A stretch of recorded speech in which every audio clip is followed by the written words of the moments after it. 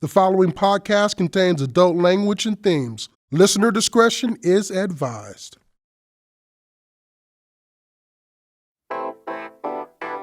For many of us, religion gives us a sense of belonging, fellowship, and shared values. But what about those who've seen the dark side and have lived to tell the tale of how things look from the other side? Religious and spiritual trauma takes so many forms and causes deep, painful wounds in those it touches, many from a young age. How can we heal? How can we shed light on the darkness that exists when abusive tactics are used in the name of God? So now I ask that you join with me and my panel of awesome disciples, oh, as wise as they may be, as we delve into the unholy sermon, as it was written by the host of thy podcast, Matthew season 2, verse 6. This is the Going There podcast, Thou shalt not tune out. Hallelujah.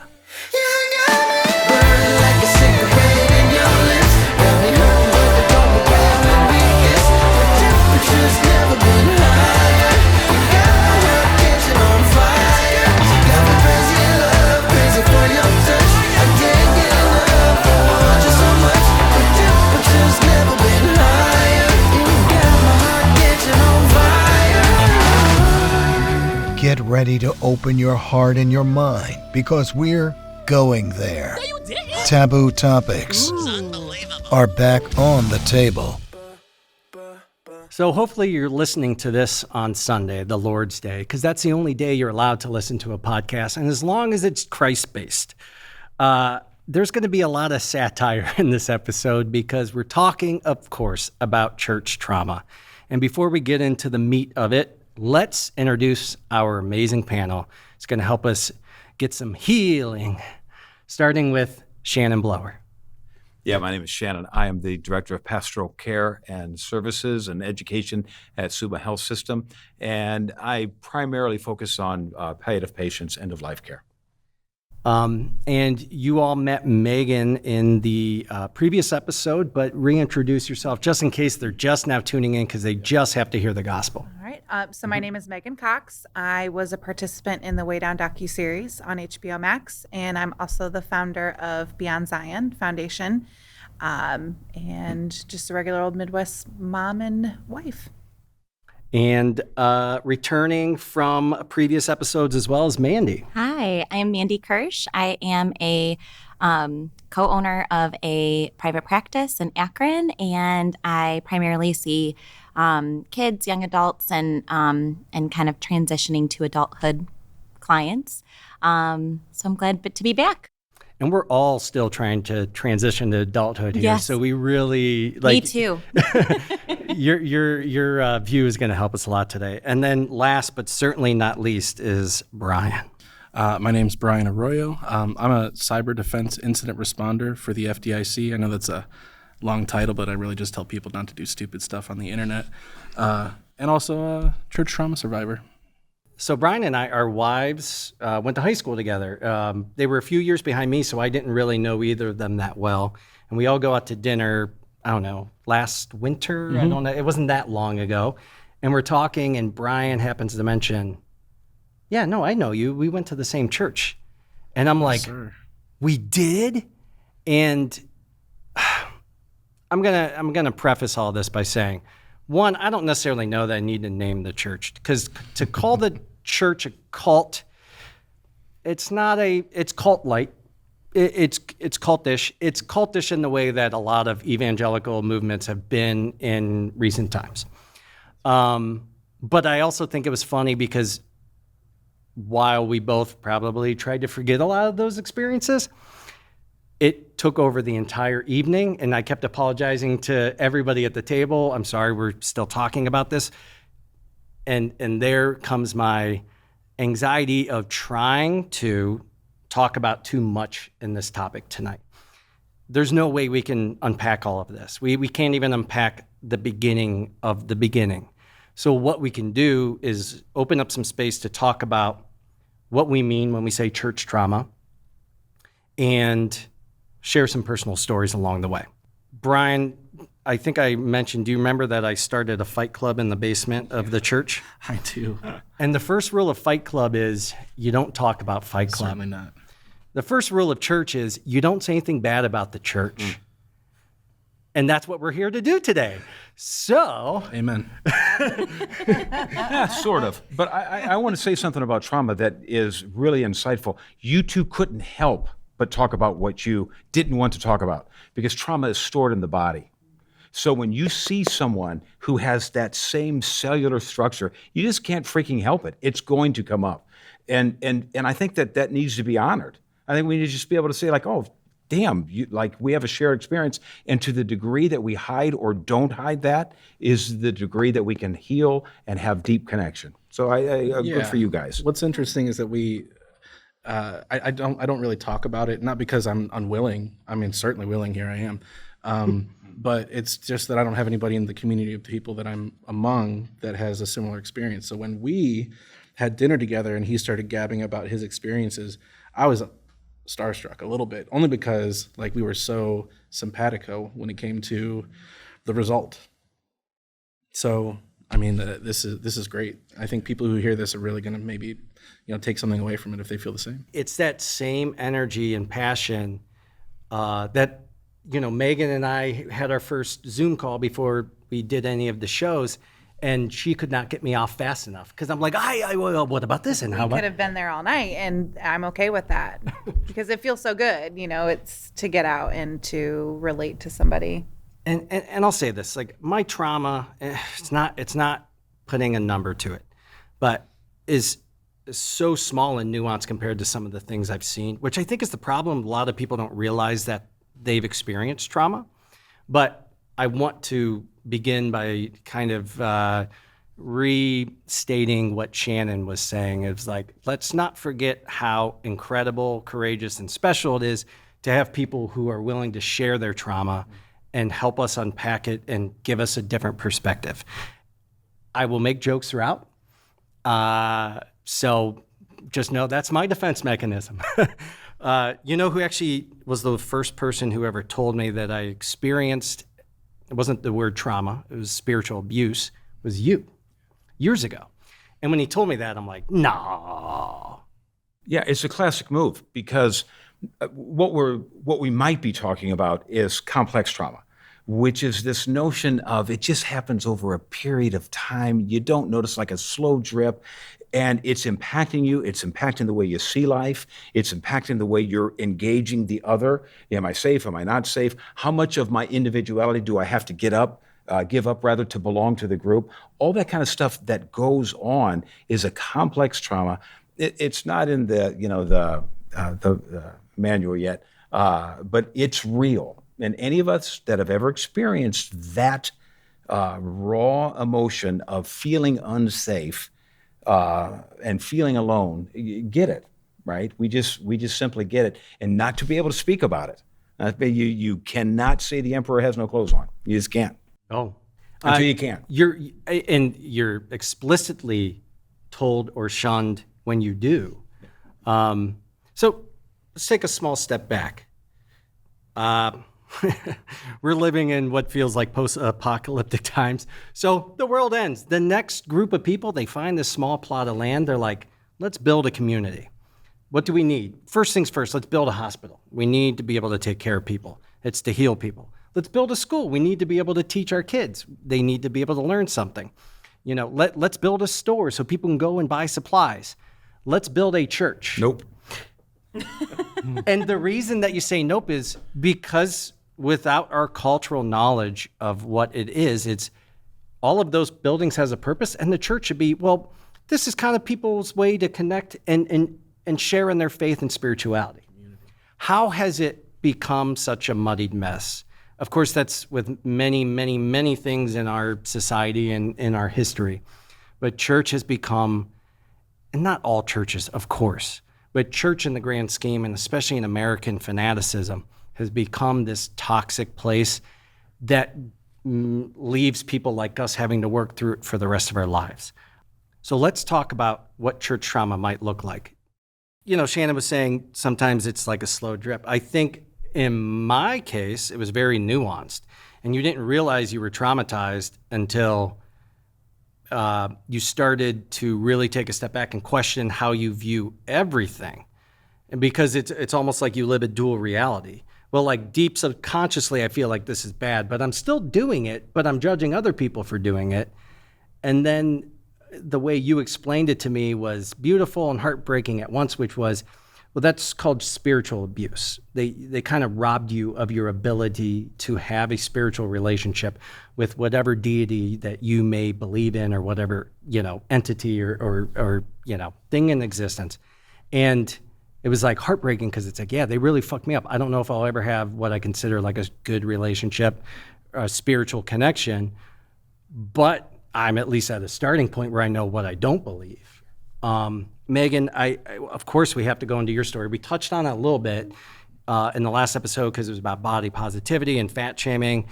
And weirdly, you have a church that starts as kind of like a fad diet thing, but also ties morality into it, which isn't crazy, because that's how diets started with Kellogg and Graham and all of this. But it turned into this whole other cultish thing that goes way above and beyond it. And I mean, there's a whole series on this, so of course we can't go into all the details, but from a high level, from your point of view, what was your experience? Why are you here today, essentially? Well, that's a great question. Sheer grit, determination, and will. Hells yes. Yeah, because it wasn't easy. But so for me, experiencing the Way Down workshop and Remnant Fellowship, which was the church born out of Way Down, Gwen's children, for me, it didn't seem like a cult. I didn't think anything. I was like, some of this doesn't feel right. The level of control and like the infantilization, and I'm probably not even saying that right, but like I was basically as, a late teen, early 20, person being reverted back to where I had to ask my parents for everything. And if, then go to leadership and,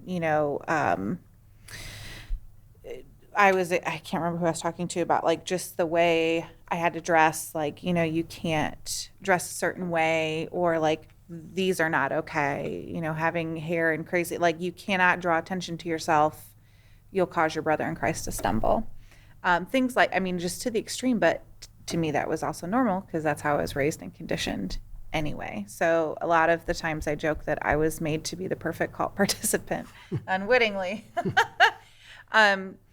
But the biggest thing for me was, and what I couldn't understand because we never experienced this in other churches, was that, but I clung to it because I think I kind of equated it to my mom's love and approval, was that if you accepted the message, that was it, you're going to heaven. You have to practice everything that Gwen says and put that into work, and you'll see the fruits of the Spirit, as they like to talk about a lot.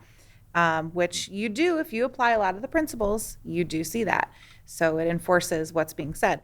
But if you chose to leave the message, then you were turning your back on God. That was it for you. God, your prayers are going to hit the ceiling. You're doomed to hell. And that's it, and then coming back, you're like the prodigal son and stuff like that. But, I did boomerang quite a bit. I left a lot from 2002 to 2006. 2006 is when I left for the final time, but it was a total mind fuck all the time. My worth was tied into how I looked. If they would consider me now an incredibly sinful person, and me even speaking out against Remnant is, I'm viewed as public enemy number one. I'm Satan. Satan's working through me to tear down God's kingdom. And I say, super cool. I'm happy for that. Honestly, it should happen. But come to the dark side. It's a lot more fun here. It really is. But it took years to kind of even, like I was telling Shannon offline that for me even to equate, like I just thought it was a bad church for years. I'm like, this is just a really weird church, and never did the word cult, or like I would joke like, I was part of a cult, like, and I didn't really, I knew what I was saying, but I didn't understand it. They believe in Jesus hates fat people, so you got to get skinny for Jesus. And I'd be like, ha ha ha, and walk away, and they'd be like, what? So, but listening to other cult survivors from like Scientology and Hare Krishnas and Moonies, from this podcast called Generation Cult, really made me go, oh my God, like that happened to me. That's how Remnant works. Like, oh my gosh. And then, coming to terms and going, wow, okay, there's a lot to unpack here. You don't realize you're in a cult until you're in way too deep. Right. And you don't realize that you have things in common with people in cults until you really start hearing their stories. And that's what I'm hoping that some people can do today. Because again, it's not saying there's anything wrong with church or there's anything wrong with having congregation of spirituality, but and Shannon would disagree, which I fucking love that he does. Well, I want to say that because, I pastored a church for, 35 plus years. And I got to tell you the truth, it feels very awkward for me to be in this space because in some ways, I want to say, oh, I was one of the good ones. Fuck that. Like the whole industry is messed up. Everything about it is messed up. And so I want to say on behalf of a capitalistic informed Christianity, I am sorry that experience.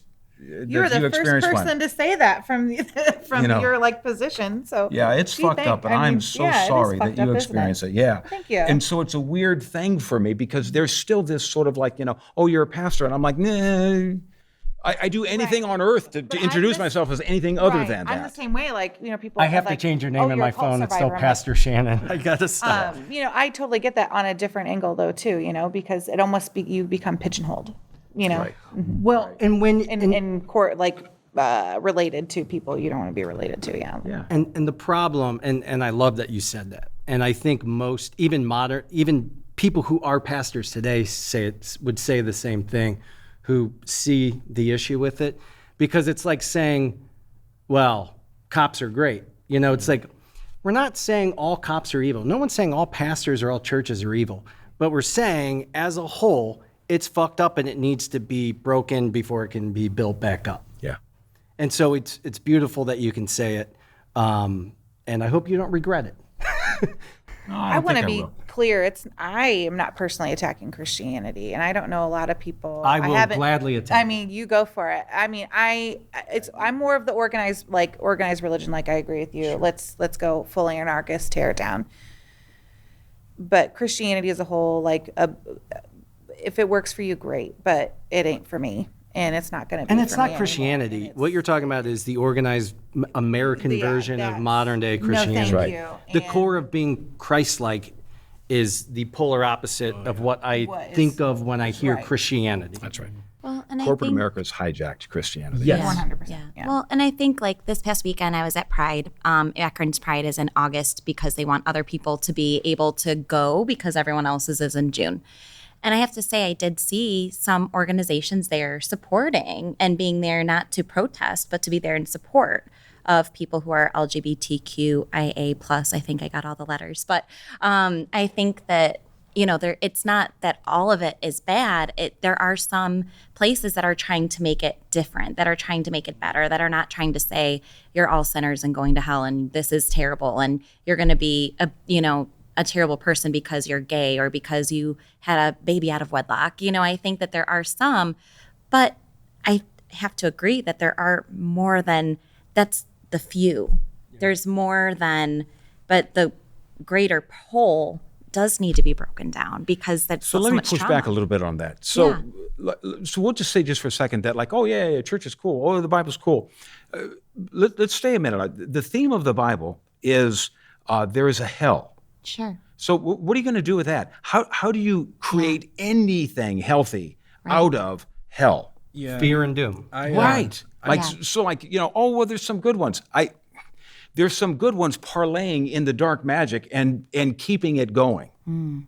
That's what I want to say to that. I equate that to when Pride Month comes around and all these companies who make billions of dollars are suddenly putting rainbows on everything, they've been in the fight the entire time. So when they show up, and I'm sure you maybe know some people who are probably legitimate. I'm so jaded by people like that I have a hard time believing that they're really being forthright. Yeah. So Brian, let's talk a little bit about your story. You and I grew up at the same church. Mm-hmm. The church, from my viewpoint, was the inmates were running the asylum, and the people who were, so we were kids.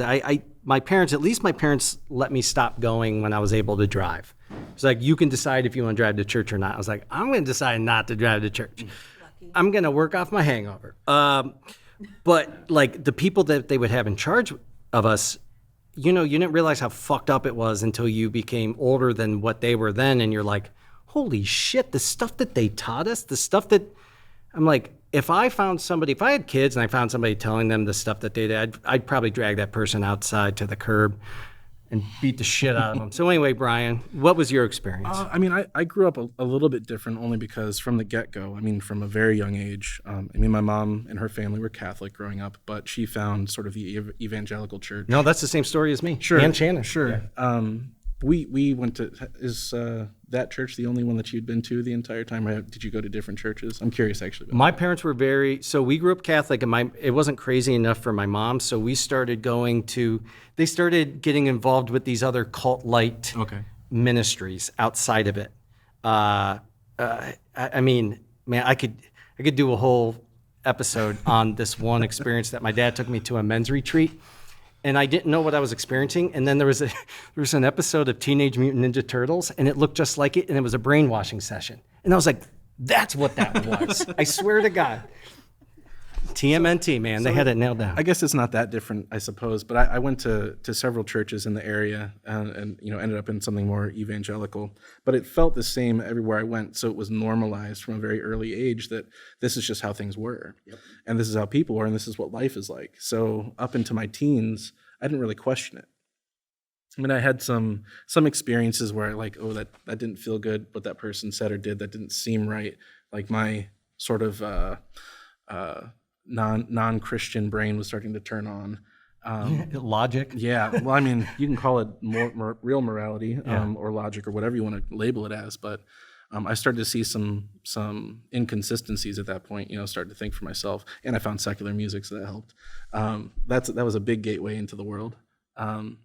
But yeah, it was what really struck me, and this is probably jumping way ahead, is my uncle. So my uncle took his own life. My uncle was gay. He was a wonderful guy, an artist, bohemian, very different from the rest of my family, and I loved him dearly. But the rest of my family always treated him with kid gloves, and I never understood that. So when he died, I took it really hard, and I found out how he died. And then I just started racking my brain on why he would do that. Because he had such a big family. I come from a big family. He had 6 brothers and sisters. He had lots of nephews and nieces, and all local to him. And I never understood. But then as life progressed for me, I started to put those pieces together, and my family couldn't have been the worst place for him. Just talk about acceptance at face value, and that's what they treated him with. And even to this day, if I ever see them, which is few and far between by my choice, it's a lot of, I miss him, and he was a great guy, and I wish he were still here. And in my head, I'm like, you fucking killed him. It's your fault. You're the reason. So it really started with that, and then starting to question everything that was in my sort of pool. So yeah, that's how I became a survivor. Thank you for sharing that. Yeah. Do you remember witnessing conversion therapy in church services? Ooh, man, I have some snapshots of all kinds of things before I got to experience them. Baptism was weird. I was in a big church when I saw that for the first time, and I was a kid. And the church I was at was basically a stadium, and I saw it through. The bigger the church, the more God loves them. We know that's the rule, right? Well, I think watching the way down, the higher to God, watching the way down. Yeah, the higher the hair, the closer to God. That was definitely Gwen Shamblin was really into that. Clearly, the way down, but it was the way up. It was the way up, yeah, for sure, yeah. But I got to see baptism through just one of those small swing door windows with the plexiglass, and I just looked, and somebody was being forced underwater, and it looked very uncomfortable. And I was like, is that going to happen to everybody? Am I going to have to go through that? And then it was explained to me. I was like, oh, okay. I'm being purified. Yeah. So Didn't they explain to you that Christianity is suffering? Oh, yeah. But making sure the people around you suffer even more. Oh, yeah. So misery loves company. Yeah. And conversion therapy isn't really, I wish that they would take therapy out of it, because that's, I think when I heard conversion therapy, I was like, That's not therapy. So yeah. Canada finally outlawed it, and I really Good. wish we'd do it in the States. Yes. Even if you're, I don't know, even if there's some part of you that's just like, I just don't agree with gay, like conversion therapy does so much fucking damage.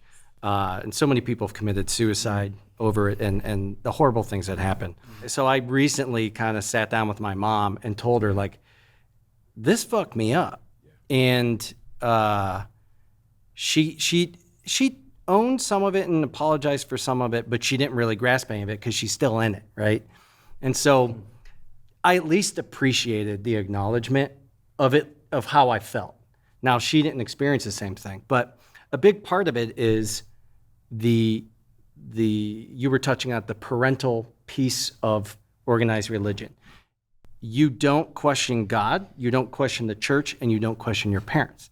And my family is split right now, and my own father won't talk to me until I apologize because I dishonored my parents in a way that he thinks. And I can't even be mad at him. I'm like, he's still taking that very literally. As in, honor is it's a one way to the top. The higher your hair, the closer you are to God. It's like, no, honor and respect is a two-way street. I don't care who you are. I mean, yes, you should revere the people who came before and you should love your parents. But when you're an adult and they're adults, it is a two-way street. And that Christianity really takes that parental thing seriously, and that's where the control starts. So it was normalized to us at an early age, it was normalized to you, and that's how it's perpetrated over and over and over. I mean, I see this all the time, and it's kind of like, how do you love and, you can respect that your parents have this belief system, but at the same time, they're not being supportive of you and your beliefs. So it's like, how do you find that? And it's like, where do you get that middle ground? And it's somewhat impossible to do if that belief for the church is bigger than your belief in How your kids. could you love a religion more than your own kid? Right. And that's what's scary. Should we get my mom on here? I just glanced at my wife real quick because in a recent conversation, because I'm having to do a lot of this rehashing kind of what you did with your parents about boundaries and what's acceptable and what's sort of burned some bridges over the decades, is because I have a kid and I don't want those things to be passed on to him through my parents. So there's some very hard boundaries there that we've set. But in a recent conversation, even though my mom apologized and took some responsibility, quote unquote, she made it clear that her relationship with God was more important than her kids. And while it pained her to say that, which she had to tell me, it hurt her to say that was true. And at that point, I don't know how easy it is for normal people to write off their family, but, fuck you, Mom. I mean, I'm not laughing at you. I'm laughing with it because it's like he's speaking what's in my brain at the moment. Flesh and blood is not more important than anything in the world. And if it's nurtured, it should be. But I'm at where I'm at in my relationship with my family as a whole, my immediate family, because I'm not as important as certain beliefs, be they political or Christian or otherwise. I really appreciate your guys' take on that. I don't know if mine's the same, and not like in a bad way. I just, oh gosh. I still speak to my mother and Mom, that was a joke. I didn't, I wasn't trying to be mean. I do really love you and respect you. And I know she's done a lot of really good work on herself. Did she take you into the church or did you join outside of your mom? No, Mom, sorry. It was because of her. Did she leave? I mean, in 2010, they all did, yes. But I had been out for 4 years at that point. How did you leave? Sorry, I was just curious because usually you have that support to leave. Oh, yeah. And you didn't have that support to leave. No. So how did you finally, I know you said you went back and forth, but I was really just sitting here so curious, like, so if you didn't have the support of your family, so fucking how hard did you to leave? be the Because one that's to such a go. big deal. Yeah. Well, Mad courageous. Yeah. thank you. It really is. Oh gosh, it's a mess. But I growing up, essentially, I was not like the other kids. I challenged, but I also submitted. I tried to be the good child. I wanted my parents to love me. That's right. Of course you did. But I love me too. And what finally did it, the last time I went back, I was in my 3rd trimester with my oldest son. My life was a mess because I didn't know how indoctrinated I was. And I was already just really fucked up because of what they did to me and what they let happen to me. And I forgive them both. I do. But I don't forget. And it taught me very valuable lessons. It taught me to, I'm still working on it, but like really love me and take care of me, but know how to be a good parent to my kids. But Well, I think one of the most important things both of you said so far today is that generational trauma is stopping at your door. It had to. That is it. Exactly. It had to. I couldn't. No more. It just had to. And so a lot of times when I would step out of line. What do you mean when you say step out of line? Question something? Or not do a chore. Oh, be a kid, be an asshole. I was, yeah, but this, I'm talking like 18 to 22. So,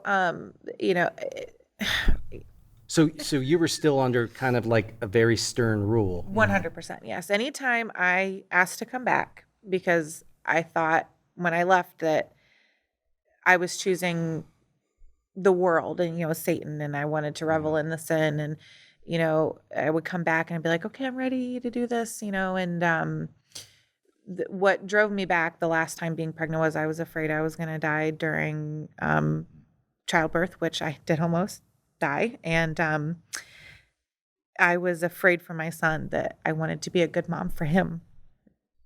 Sorry.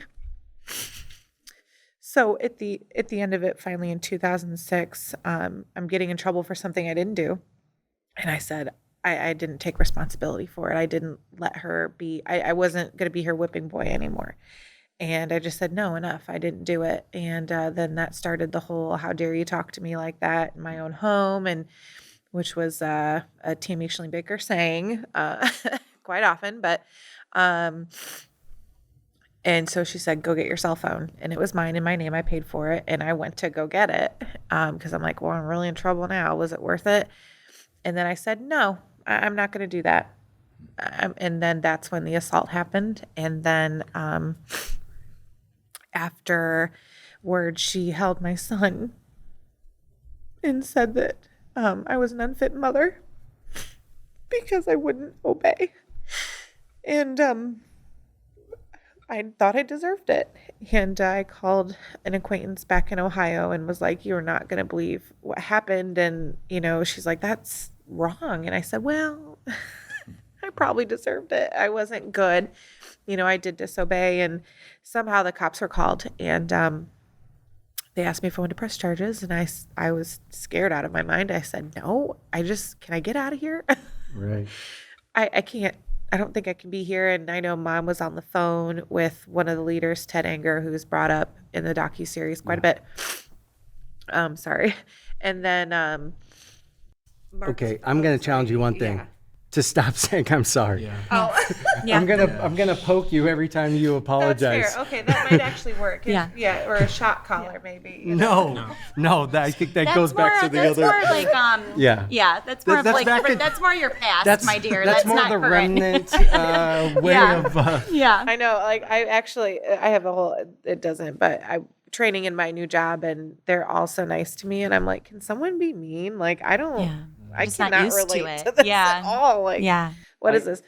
I have to say this, like you revalidated something in me that was controversial. I posted something on social media in the midst of all this stuff going on with the family, and my phone's blowing up because they're like, "How that was wrong? Why would you do that? That's dramatic." But the response I was getting on the other side of it, where people are like, "Thank you so much for saying this," and I'm gonna reiterate it to you. Not that it means anything coming from me, but it's okay to have a complicated relationship with your parents. There's this idea that like, I love my parents, and if I start like poking holes in it, then that's wrong and it's going to fall apart. It's okay to love them, but also see the horrible, wrong, bad training in them. Yeah. And in some ways, they've been indoctrinated too. It's not fully their fault, Right. but they did help traumatize us. It's okay to love them and hate them sometimes. It's a delicate balance, 100%, because while I feel that I've teetered back and forth with my relationship with my biological dad and my mom, my step-parents, I can't deal with it all. I always thought I had a better relationship with my dad. I always thought my dad heard me and understood me and respected me, and my mom was the opposite. And then it flipped just recently, as a matter of fact, right when I said yes and was making plans to go film The Way Down in March of 2021. And then all of a sudden my dad just stopped talking to me. Is he still part of the church? No, he was never in. Sorry, my biological dad was never in. Oh. My biological mother and my stepdad were. He was never in. He was on the outside looking in. And actually, when I did end up coming back to Ohio, I did go to him, and because I didn't have anywhere to go. I didn't have a home. I had nothing. I just had my car, my stuff stuffed in a car, and my son. And I was like, well, that's it. I'm going to hell, and what am I going to do? And he was like, you get the fuck out of here. And don't come around me or my family. And I'm like, I don't blame him for being mad, because I took off without really telling anybody. Like, it is my prerogative, I know, but I just kind of like aced out every time I went back to Remnant, and the vice versa. Like, my mom never knew where I ended up going sometimes. So I guess I don't know why. I really haven't looked into that, why that would be weird. But I just want to say a couple things to your story. One is trauma and abuse. It is uniquely sinister when it's in the helping profession of a church, right? Yeah. But it's not necessarily born there. It just finds itself there. In your process of saying, "Oh my God, I'm going to have to figure out a way to love myself," is the typical maturation process for everybody. We come to a place where we just say, fuck me, man, I wanted mom and dad to love me and just be perfect, and they fucking cannot. And so your context was the church, and that's awful because it has this halo effect. And at the same time, you learn to do what every adult must learn to do. How do I nurture myself in this weird space of existential angst? So I think there's something about all of this where we ask ourselves the question, why were all of us so primed? It's easy to blame this and blame that, but I will tell you, it seems to be the human condition to be wound up over existential angst. We don't know how the fuck we got here, and we don't know what's going to happen on the other side. That creates a deep desire for certainty. And that desire for certainty is the fucking death knell. And so we become addicted to it. So what you're doing is leaning into this uncertainty. That's magic. That's magic. And whether or not your story's in the church or not, my point is that you're doing the work. You're doing the work, being a full person. yeah, all me, by the way, mom and dad. Yeah, right? Yeah, no thanks to y'all. Love you both still, but no, I don't know why my dad doesn't talk to me. There's nothing more spiritual and pure than good music. Our musician spotlight this week is on Ben Becker, a singer-songwriter from Southeast Missouri. He moved to Nashville in 2017 and dove directly into the local music scene. Ben has become the utility player in the scene, writing lyrics and melodies, producing records, and singing demo and background vocals for himself and artists all around the world. You can find all of his socials on Linktree at Ben Becker Music. You knew perfectly well what you were doing, and you do it again, knowing I'd be feeling ruined. You took me in, you kicked me out, called me back, said you don't need me now. That's how it is, that's how it goes, that's how it went. I should've known, that's how you are. This is my life, I gave you my heart, but I still got my pride. So if I'm not holding you, I'm holding you to your goodbye. One of the ways that church trauma is becomes this residual thing that carries on and on and on is this idea of separation of spiritual and secular. This idea that there's two worlds, that there's this invisible war. And I don't care if you think there's good or evil. I mean, that's fine. It doesn't affect me. The problem is they really try to make it is once you're out, like, we can't save you. Yeah. Not only that, we're not going to love you. Yes. And that is one of the main things that identifies a cult is when excommunication happens and when you're treated as less than. And that's why I say cult-like, because my family would still treat outsiders differently than the insiders. Like, these people get it. Yeah. They're on that same saved wagon going to heaven. That's kind of a different take for myself anyway, and how I saw it, and some of my friends who were in the church at the same time, because I'm very much and always have been an acts of service kind of person. It's how I feel for others. It's how I have them feel for me. And so my parents made me feel like if I didn't do the work on myself and be closer to God, I could never save somebody else. And so my striving point was to be a better person in Jesus to help other people. And that's the only way it could happen. So instead of being sort of, I'm going to go to hell or I'm not good enough for myself, it was like, I need to be good enough for other people. Myself wasn't even a part of it.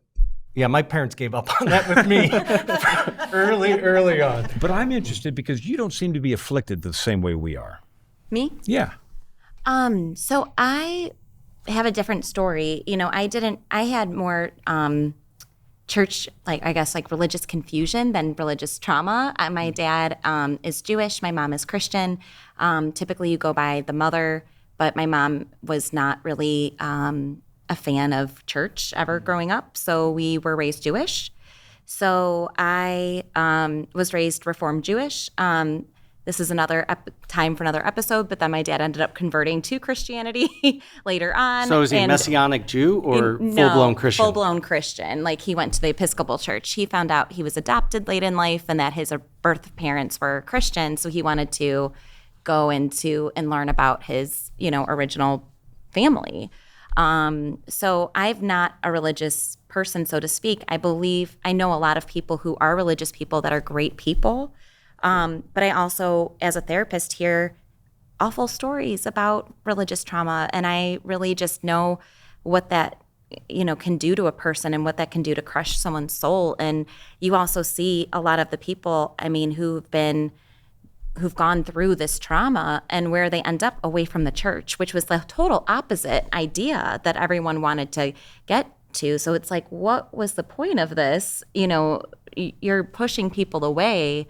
And that's not what they were intending to do. So as a therapist, what do you imagine is the pre-existing human condition that primes us for cultic behavior? Well, I think that we look for community.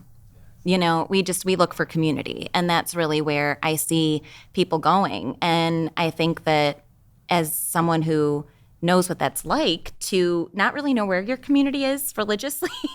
It's like I know that I could go either way if I wanted to. I still have more spiritual work to do on my own that I haven't touched yet. So, we'll go there another day. But I think that we're going to baptize Mandy next episode live on ready. YouTube. Matt's going to have a dunk tank now. Brian's going to hold you underwater until you stop moving. Brian, you have to mention this because you brought it up earlier. We were talking about spiritual versus secular. How old were you when you realized that there was music that was made that wasn't made to worship Jesus? Oh my God. So I was driving back with my family from a conference in Toronto, which is another hotbed for Jesus activity. And I think I listened to, there was another kid there who had a CD player, yes, I'm that old, Discman at the time, and he had Bush's 16 Stone. Oh, yeah. And Glycerine Changed My Life. That's a great one. Yeah. So, to this day, like, music moves me daily.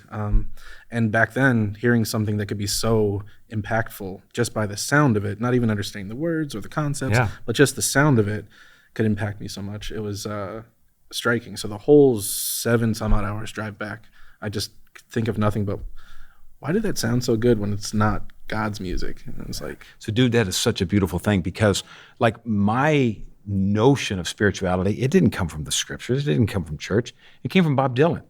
Like I learned about everything from the stories, from the music, from the poetry that was that scene, right? And so what poetry, what music does is what the scriptures have the potential to do, unless you're looking at them like a small engine repair kit, then it's fucked up.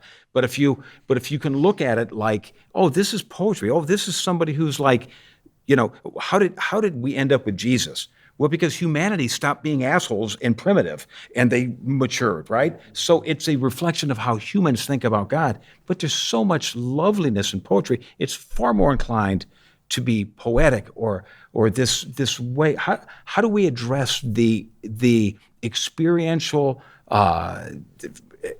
experiences? Sorry, when we're trying to say, how do we put words around this? Well, only poetry and music works sometimes. as a kid, that's why it's so hard, because what they teach you are stories. They're not scriptures. They're stories, and they're taught in such a way that it makes it appetizing. I mean, now they make movies about it, but it's good feed for a kid. Like it stokes their imagination. You know what Think I mean? about Noah's Ark, and Yeah, they're all I coming mean, 2 by 2, and and it's all like magical, and that could be something that God Until did. you really start to listen to what the story's about. Sure. Oh, dude, this is such a. I'm sorry. This will be the last one. So good. That's going to be a future episode on the issues with translating the Bible as a literal thing. I think you even said it last season. It's like trying to listen to a Bob Dylan song and translate it literally. Yeah. Poetry is not up. meant to be translated that way. And so there's people who are still in my circle who will, like, when they think I need to hear something, they'll send me a piece of scripture. And Shannon, you've been a big part in how I relay my view on things without being offensive. Before Shannon, I was just a hot mess.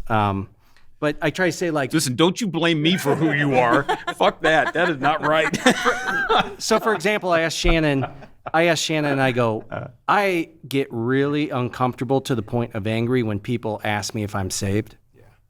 And I go, how should I respond to something like that? And he's like, I would simply tell the person, those aren't the words I would use. I understand what you're saying.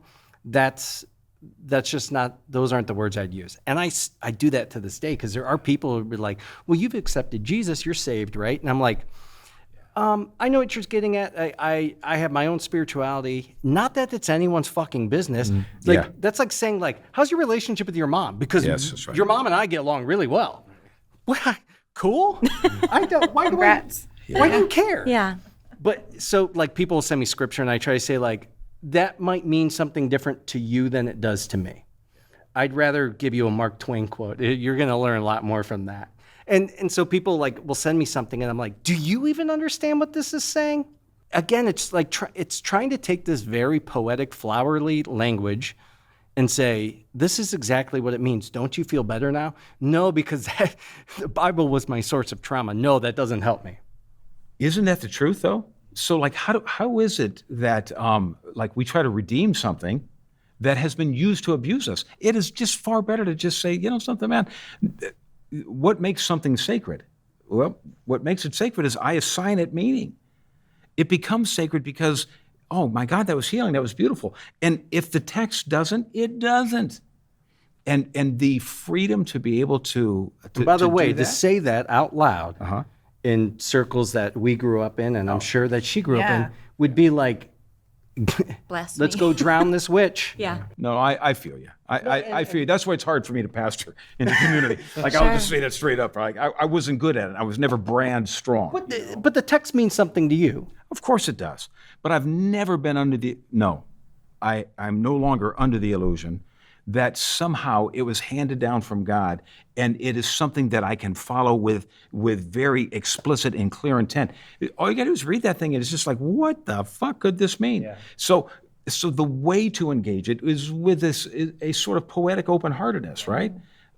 Peter Gomes, I love this cat. He was a chaplain at Harvard, I think Harvard, forever and ever and ever, and taught theology, black dude, gay. And I love him. And his quote is that some people use the Bible the way a drunk uses the lamppost for support rather than illumination. Right?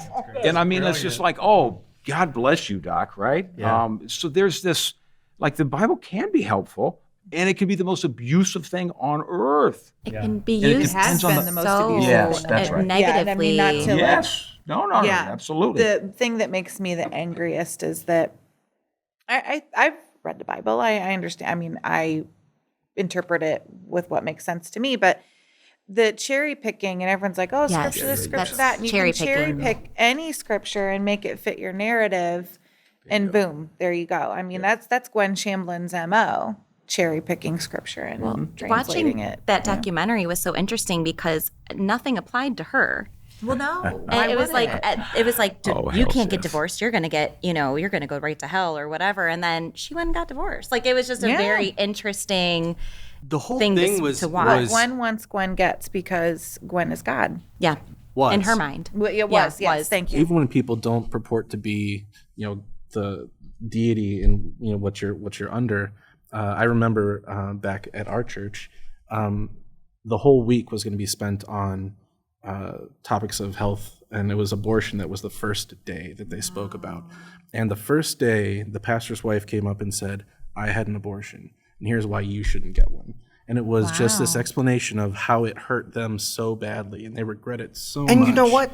That's heartbreaking and good for them. Sure, but to use that? To use that to try to tell other to people, manipulate. I didn't like this, so you won't like this either. Right. And I think that also just kind of putting it out there too that, I did this and I sinned and I whatever. She's trying, like they're trying to make it sound like, look at me, I'm, coming. It's Yes. just in that such a manipulative way. Look at me showing my vulnerability. Yes, Don't make the but mistake I'm I also made. telling you, don't do this. And it's like, that's someone's choice. There's a judgment in the narrative. Yes, exactly. Shannon, you had asked Mandy about this, about how we're drawn to this kind of thing. And I think part of it is I think the initial draw is community, but there is also the idea of it's like, hey, by the way, do you own this brand of dryer? Well, it can start a fire in your house. And you're like, fuck. Hell. Yeah. You said it near the beginning. The idea of hell, and I'll go to hell, and there's a lot of people, it's like, well, shit, even if I don't fully buy into it, if I at least jump through these hoops, at least I know if there's even a 1% chance I'm not going there. I'm going to do this. You did a very interesting sermon, and it was the only time I'd ever been like, okay, I can get on board with that, was you broke down sin. Because sin is talked about, and I feel like it's impossible in modern day Christianity, why it's flawed from the get-go, to not buy into sin. Maybe you don't fully buy into hell or whatever, but everyone buys into sin. And I always had this hard time with it. I think the reason we're sitting here is the way that we're wired, the three of us especially, is we're curious. Where we question things. And that is not a good sign of belonging to his holy church. But you'd start to question, like, what? Wait. So this dude, it's like up in heaven, has full control. It's like, I'm going to put these people down there, and all the shit that's fun and cool, I'm not going to let them do it. And I say, if you do, and I'm going to, I said to her before, and she hadn't heard the thing. I was like, it's like Santa Claus and not a nice list. Like, you do just enough good to outweigh it. Like he's trying to catch you on these technicalities. Do you remember the sermon of how you define sin? No. Because he has sinned so much since then, the brain cells are gone. Yeah, I'm intrigued, actually. So the concept of sin, and I think this is why the Bible has this weird sort of staying power, because there's just enough things that resonate that make people go like, it's kind of true. Like there's just enough there, and habits that are the hardest to break are the ones that are randomly reinforced. So we'll keep that in mind. But sin as the notion of being separated. I'm separated from you. I'm separated from myself. I'm separated from whatever I might imagine God is. And let's not just forget for a moment that the notion and idea of God has a history. read Karen Armstrong, The History of God. It's not as if, like, mankind said, oh, there's a God. It's all an evolutionary phenomenon whereby we say, what the fuck does it mean to exist? We can think about what we're thinking about. What are we going to do? Let's hedge our bet and create something, right? So I just want to kind of talk about it that way. But then we are separated from it, and the longing to be one again, and everything about it, original sin. You guys had babies, right? Mm-hmm. Like, you're one with this baby. Then this baby is born, and now you're separate. And that baby, at some point in its development, says, oh my God, I'm not mom. I am somebody else. And then we are primed, even with all of the psychological stuff that goes on in a child development. What happens with the baby? They go around the corner. Mom goes around the corner. Baby's freaking out. It's when mom comes back around, baby goes, oh, there you are. There you are again. And that sense of safety. So we're primed to imagine that when you die or I die, there's still somebody around the corner, right? Yeah. It is just the way we are oriented. And I'm not saying that there's not benefit to this stuff. I'm just simply saying, let's hold this loosely. Let's just hold it loosely. But the way... Did I get it? Yeah, you absolutely. You nailed it. And to kind of like finish that off is, it's hard. It's hard to toe that line where you're like, I still buy into the idea of Christ, whether Christ was an actual person or, whatever. Oh, yes, you can burn me at the stake too, you fucking people. But, whether Christ existed, I buy into the core of what Christ stands for. But it's hard to go, again, to not be that cherry picker yourself and being like, but it's really tough to get around the sin thing. The sin thing, as you described it, and as you were kind of saying, is the separation of basically saying, like, this isn't saying it's a sin against God. It's you're hurting yourself when you do this. Like, it feels... Or it just feels... It feels It bad. hurts to be separate. But watch what happened. Listen to what all you guys did. It's fucking magic. What you did is what all of us must do. You must look at your parents and say, guess what? I disagree. That's autonomy. You must look at the scriptures and say, oh, the scriptures teach that? Well, then they're fucking wrong. Like it's autonomy. Yeah. Like you follow what I'm saying? Mm-hmm. Then you can re-engage them in a fashion that says, oh, looky here, there's some merit here. There's some poetry, there's some beauty here. But until we become autonomous, that's the painful expression of what it means to be human. And then finding connection and community in spite of that, right? Yeah. And I think, too, I read this quote the other day about, and this kind of goes into parenting in general, but, your children are not just a reflection of you. They are their own people. And I think a lot of parents forget that, my kid doesn't necessarily have to be a clone of me. They can be their own person, and my job is to develop them to be their own person. But also, don't be a dick, don't be an asshole, right? Be kind to other people, be a good person. But Matthew 3:16, I think. Yeah, right.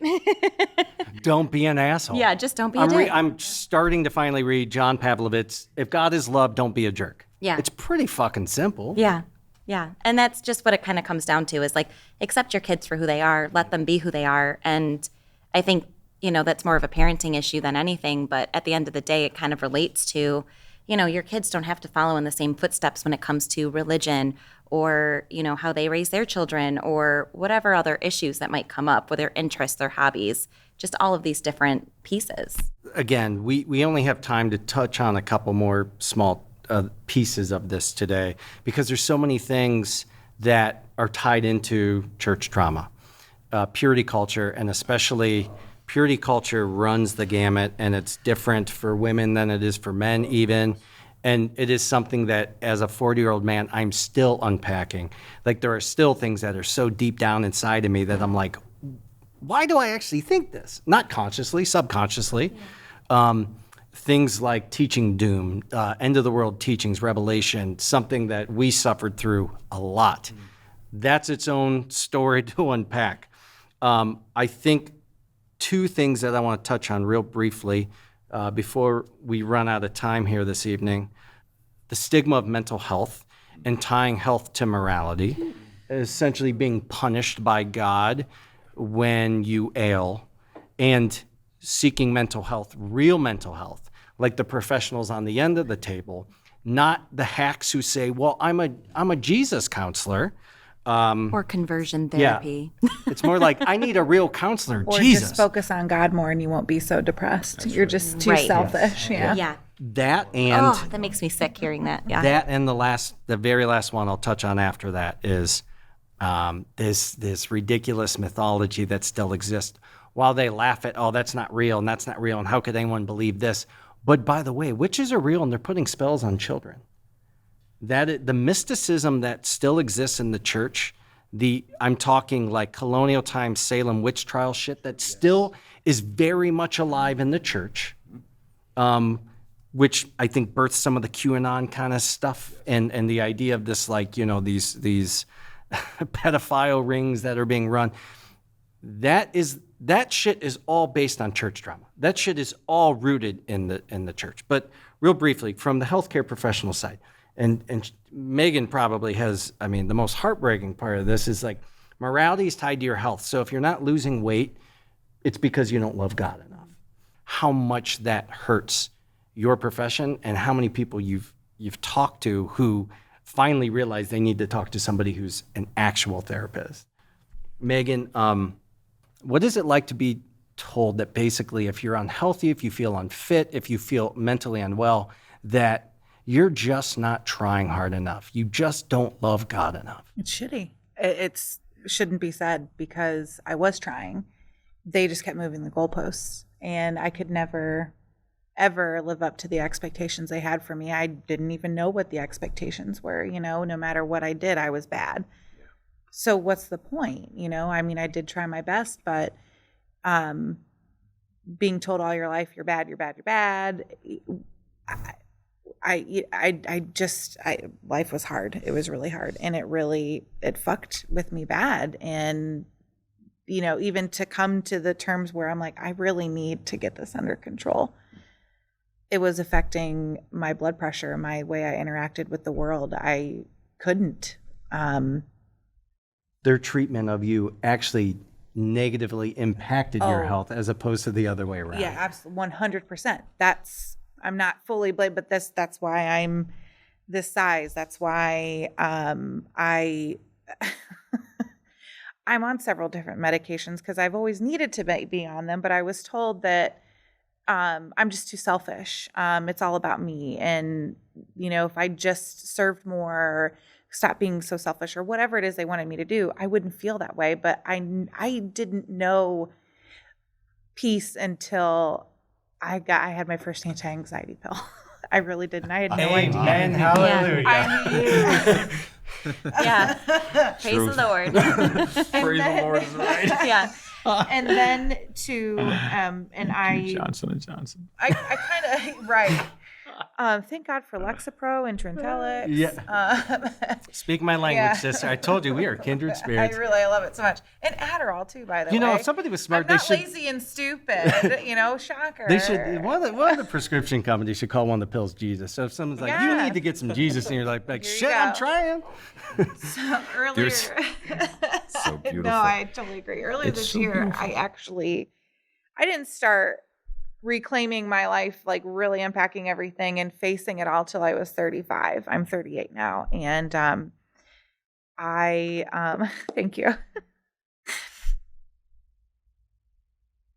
On my birthday, I was going to go home this year and kill myself. I just was tired. Tired of having to constantly overcome and prove that I was worth anything. And a lot of it's probably me and you know, how I've interpreted, how I've been treated over the years. But a lot of it was what people in that church inflicted on me.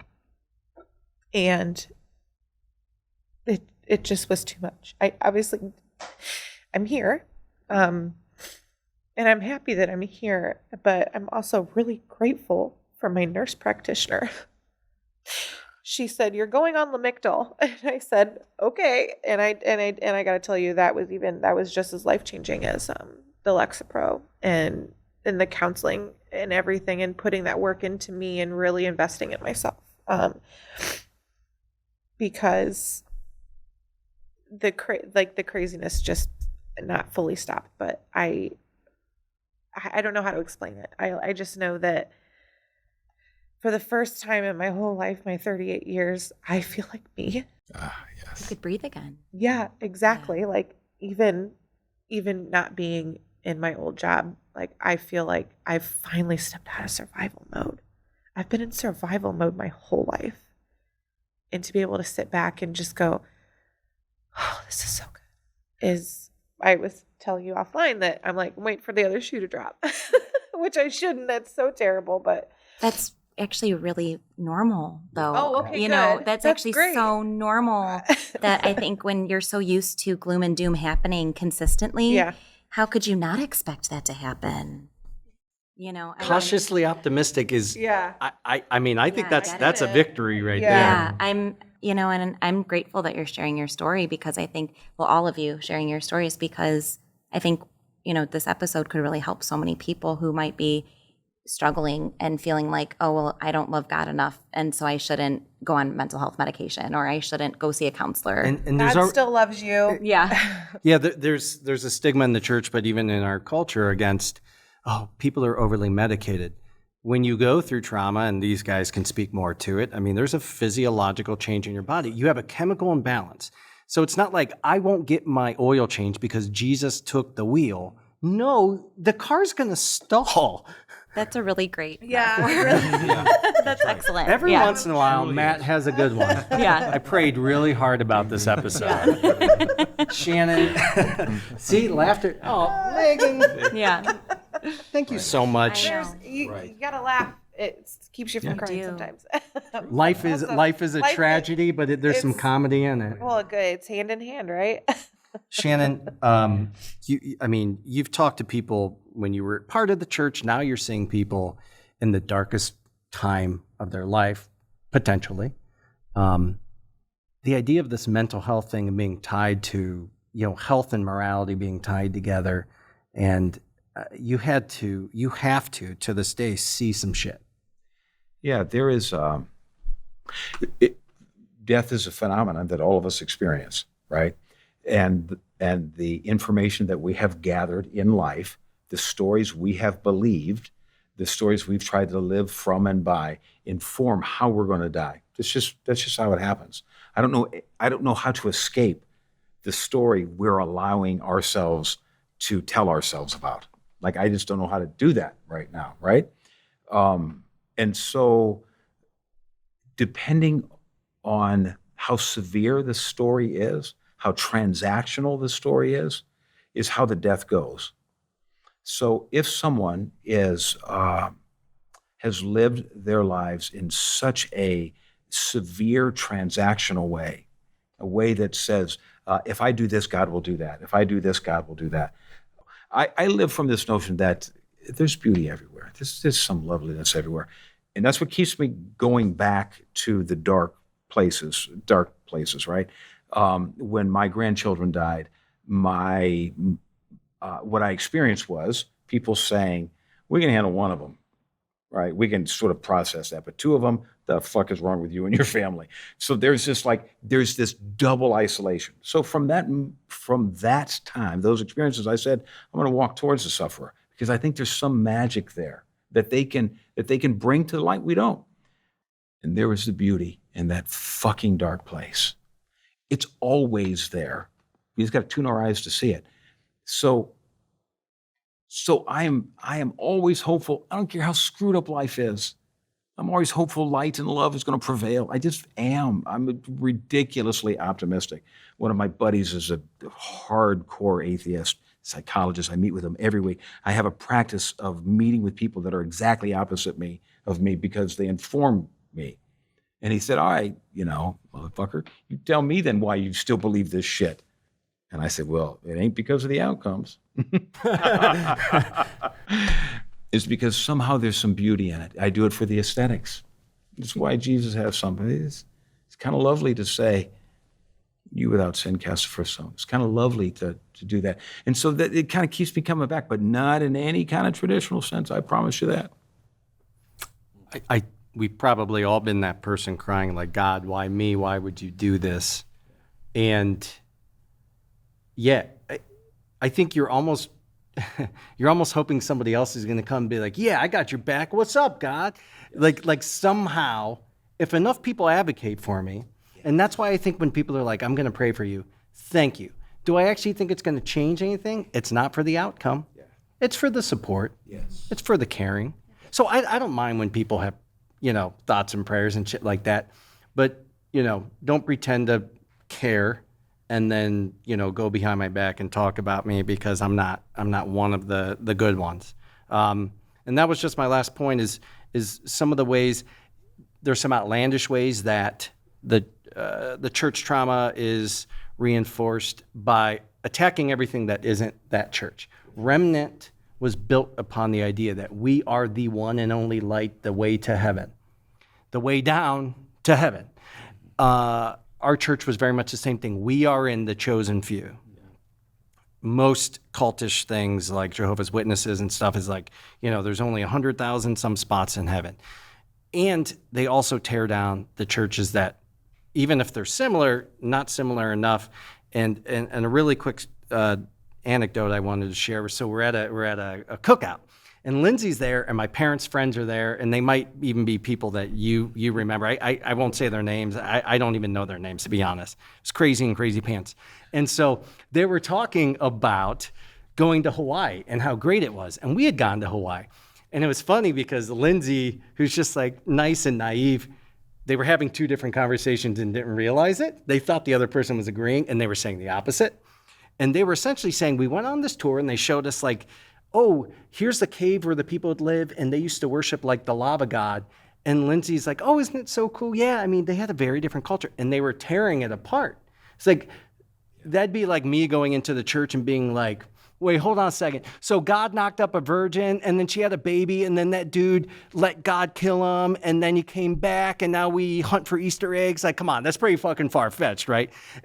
You just gave the salvation story. Thank you very much. But that's how they were looking. And it's like all of these religions were birthed from the same thing, trying to paint an understanding of our own existence and to shit on other people's. Look, if you want to believe in some crazy stuff, that's fine. When you boil down every religion to its origin story, it's a little nutty. The Adam and Eve story is in many, many different faiths, and there's little differences, but it's flawed because it's one man and a woman who have a couple of kids, and then suddenly the earth populates. Like, it's amazing that all of us didn't come out with 4 arms growing out of our heads. It was incest from the get-go. So think about this, and for our viewers and our listeners, think about this. Think about how, when somebody starts explaining something about a religion, even if you weren't that involved in the church, as a society, we are very judgy about what other people believe. And so do we approach that with judgment and criticism, or do we approach it with curiosity? I love to learn about other religions. I see the flaws in them, but I respect them because it's like, I get it. I was raised in something I would have never questioned whether or not Jesus was an actual person until I became a full-blown logical human adult. So we all have that prejudice, and I do too. We all do it, but I think it's about becoming aware of that, because church trauma has not only affected so many of us, but it's affected the people who aren't even necessarily in the church. Because while the separation of church and state was a great proposal, it has never really happened. Truth. And when legislation happens, and we'll certainly unpack more of that in the Roe v. Wade episode, things are dressed up as science and math and education when it's really just fanaticism of bad American Christianity. Before I say goodbye, does anyone have anything they would like to share that you feel like we didn't get through? Just simply this, that all of you, God, thank you, because your courage is what brings about healing. Like, we don't know until we know. And so you having the moxie to tell your story and to share your experience is actually what carries humanity forward. until we are able to hear your stories. When you're muted, all of humanity is muted. So goodness, thank you. I am so grateful to be part of you sharing things. I just want to say that. No, I can echo that. And I also just want people to know that if they are going through something where they're recognizing that, their stories match some of the stories that were told today, like, please know that there is other community there to help you. There are mental health therapists there to help you. There are other people who want to be there to hear your story and to support you as you, heal yourself. So I think that's just one of the biggest, I hope that's the biggest takeaway today, is that you don't have to be alone in it. And I think that's what I really want people to know. Brian, what is it that you think that a piece of advice you can share with people out there? Ooh, listen to good music. That's a good one. That's a good one. Truth. Yeah. Just have- listen to lots of music. Yeah. So one of the residual things that comes with church trauma is everyday, almost debilitating guilt and shame. And I have it now by bringing these awesome guests on and feeling like we didn't get to talk about it enough. So please know that you are all invited on for church trauma parts 2 through 17, because I'm dead serious. There's so many aspects to talk about, but this is the topic that I'm the most passionate about. So this is very much like you guys coming in and seeing me in my underwear. This is very intimate for me, and I couldn't have asked for a better group to see me buck naked. Megan, thank you so much. Can you please plug again your, everything that you're doing is what I want this episode to do, which is to help other people not feel bad, feel okay to question and use your freaking brain. If you believe in God, He gave you a brain, brother. Use it. You have to.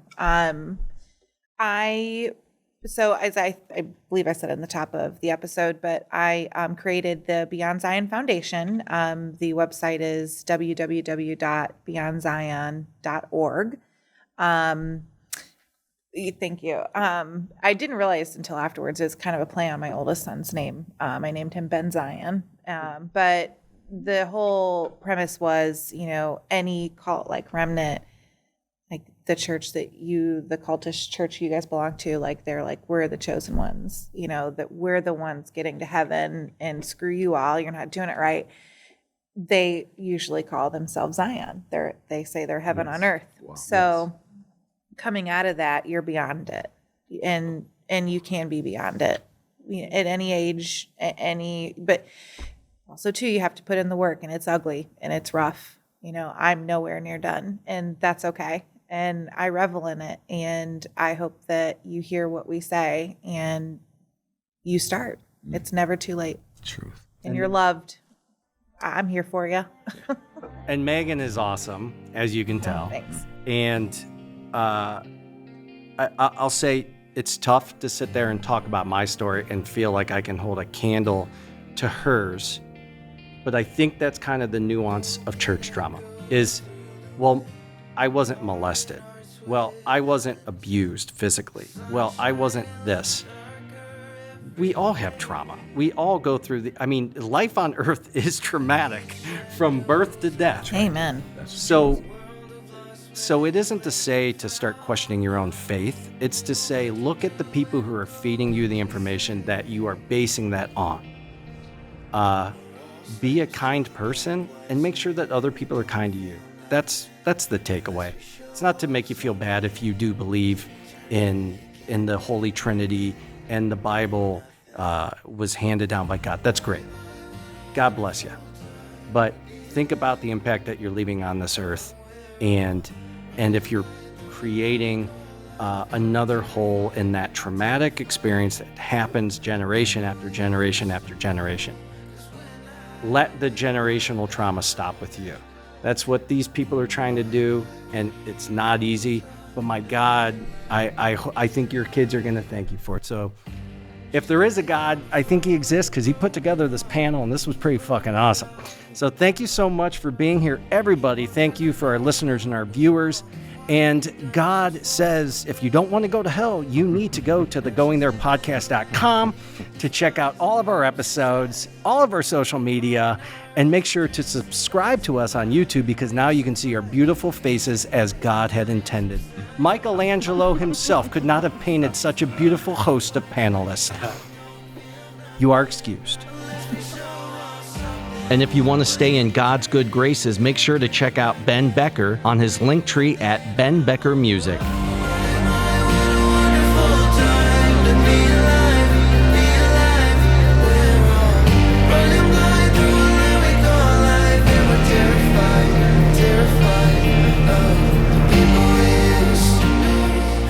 This podcast is made possible by its hosts and Frame One Media in association with Lindsay Baker, Joe Calley, and Bobby Thomas.